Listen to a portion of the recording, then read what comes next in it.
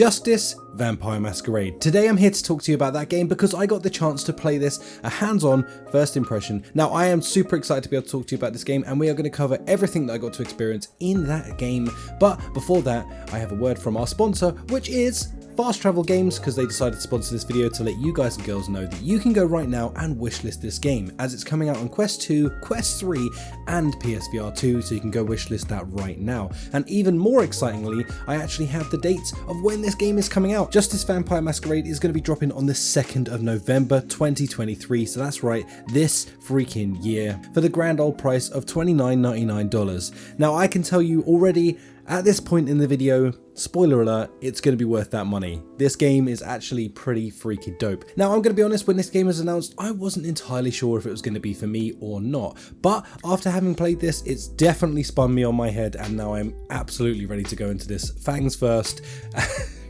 That's cheesy. I'm about to go into this head first, and I'm very, very excited about this game now after having played it. Now, without further ado, let's dive into what I found good about this game, why I'm excited for this, and a little bit of backstory on how I felt about this game pre and after playing this. Now, when this game was first announced, I was excited, but I wasn't entirely sure that this game was going to be for me. If I'm honest, I'm not massively into vampires and things, but nonetheless, I was very intrigued by the whole concept. Now, I got the chance to go play this while I was at Cologne Gamescom, and oh my freaking god, it changed my opinion almost instantly after I got the headset on.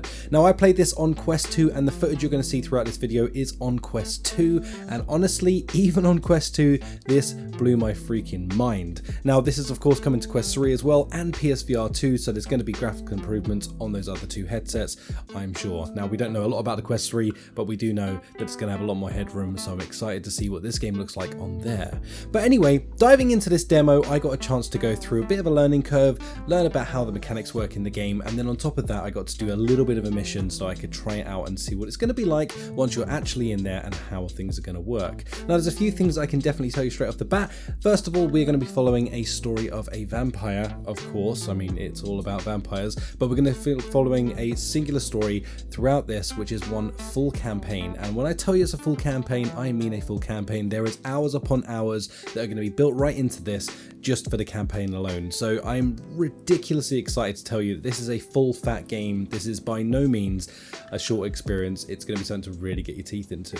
Now, one of the things that hit me straight away when I got into the games is the visuals. The visuals of this remind me very much of something like Saints and Sinners, in the sense of very clean, very organized in the way that things look, and honestly, nice and interactable everything. As I walked through this in my first playthrough, I was blown away by the fact that you could literally pick up everything had a purpose and was interactable, which I flipping love. Honestly, just silly things like being able to open a cupboard on anything that you see makes my day, regardless of whether there's anything in there or not. It's how I prefer to sort of solidify a VR experience in its entirety. There's a couple of little things that I found that actually kind of blew my mind, which was like the liquid physics in the bottles and stuff. I know that's not that exciting, but for me, when I picked it up and noticed that, I was like, wow, the attention to detail in this instantly put me in a place where I was like, they care about this and they're excited about this as much as anyone else, as they put that much attention to detail in it.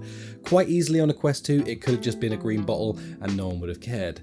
But to get into the actual exciting stuff here, like I said, we're going to be following a solo story on this ginormous campaign to be able to dive in and learn our skills as a vampire. Now, I can happily tell you that there is a bunch of skill tree stuff that you're going to unlock as you go through the game, which will allow you to play the game in your style, be it living in the shadows and being a quiet boy but making no noise and getting that job done, or if you want to be an aggressive player and get in there and really get some blood sucking going and go kind of head first into it. I can tell you from experience, I'm a bit more of a heads-on kind of player, and I realized pretty quickly that you need to kind of blend the two to really get the best out of this game. So aggressive when you need to be, and hidden in the shadows when you don't. Now in this, I got to check out a few different abilities. One was where you could actually boil their blood in them and blow their heads off, which is pretty gnarly. Another one where you can go completely invisible so that they can't see you, so that you hide in the shadows. Now the movement system in this feels phenomenal. You can climb up all of these sort of climbable objects, and it feels very good to move around like that. You also do like this pounce thing where you sort of, I don't know how to describe it, you kind of turn into smoke and reappear on the other side, but it feels very fluent and incredibly well done.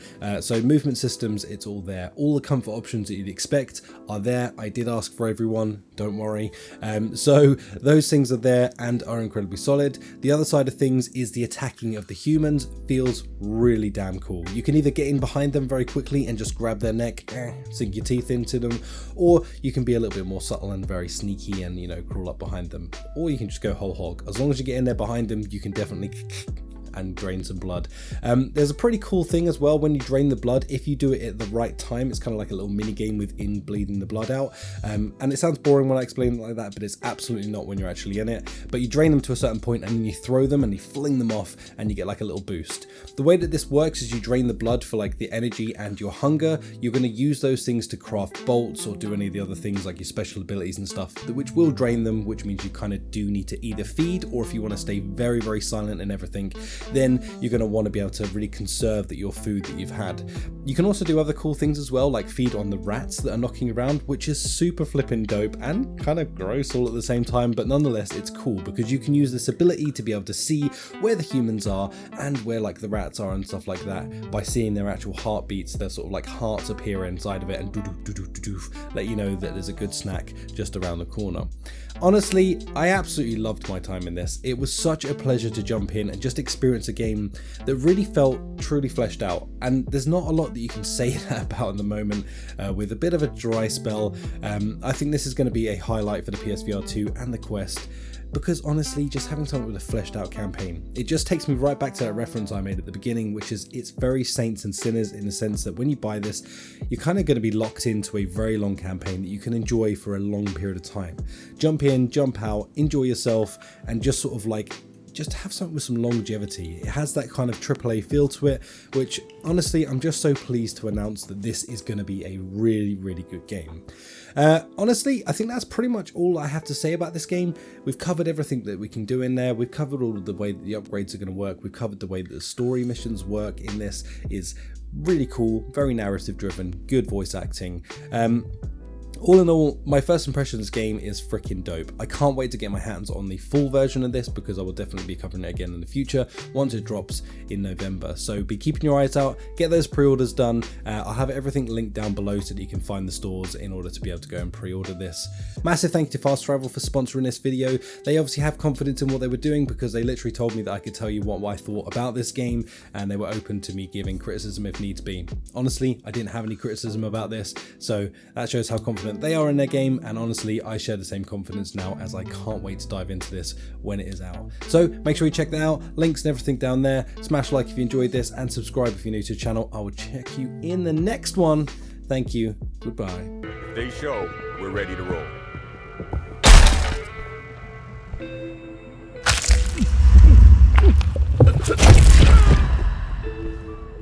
Keep your guard.